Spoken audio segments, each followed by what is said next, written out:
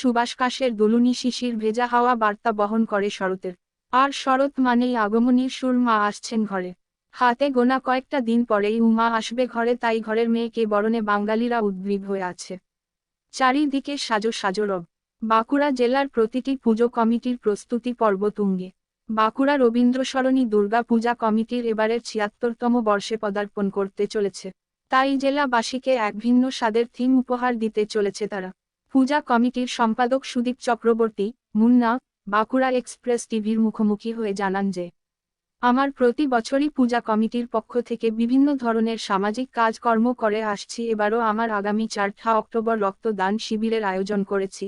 যে সকল মানুষ রক্ত দান করতে ইচ্ছুক তারা আমাদের কমিটির সদস্যদের সাথে যোগাযোগ করুন। এছাড়াও মনোরঞ্জনের জন্য রয়েছে অঙ্কন প্রতিযোগিতা। এবারের থিম নিয়ে মুখ খুলতে নারাজ কমিটির সদস্যরা, কারণ একটাই, এবার তারা জেলাবাসীকে নতুন কিছু উপহার।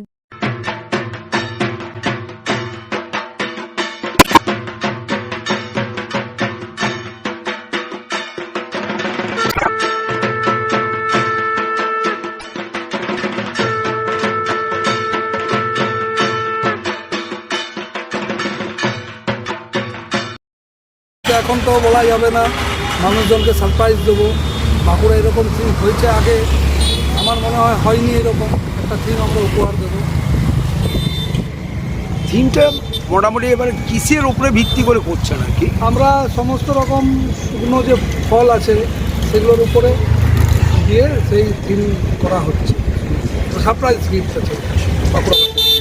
কত টাকা বাজেট? প্রায় 20 লাখ টাকার মতো বাজেট আছে।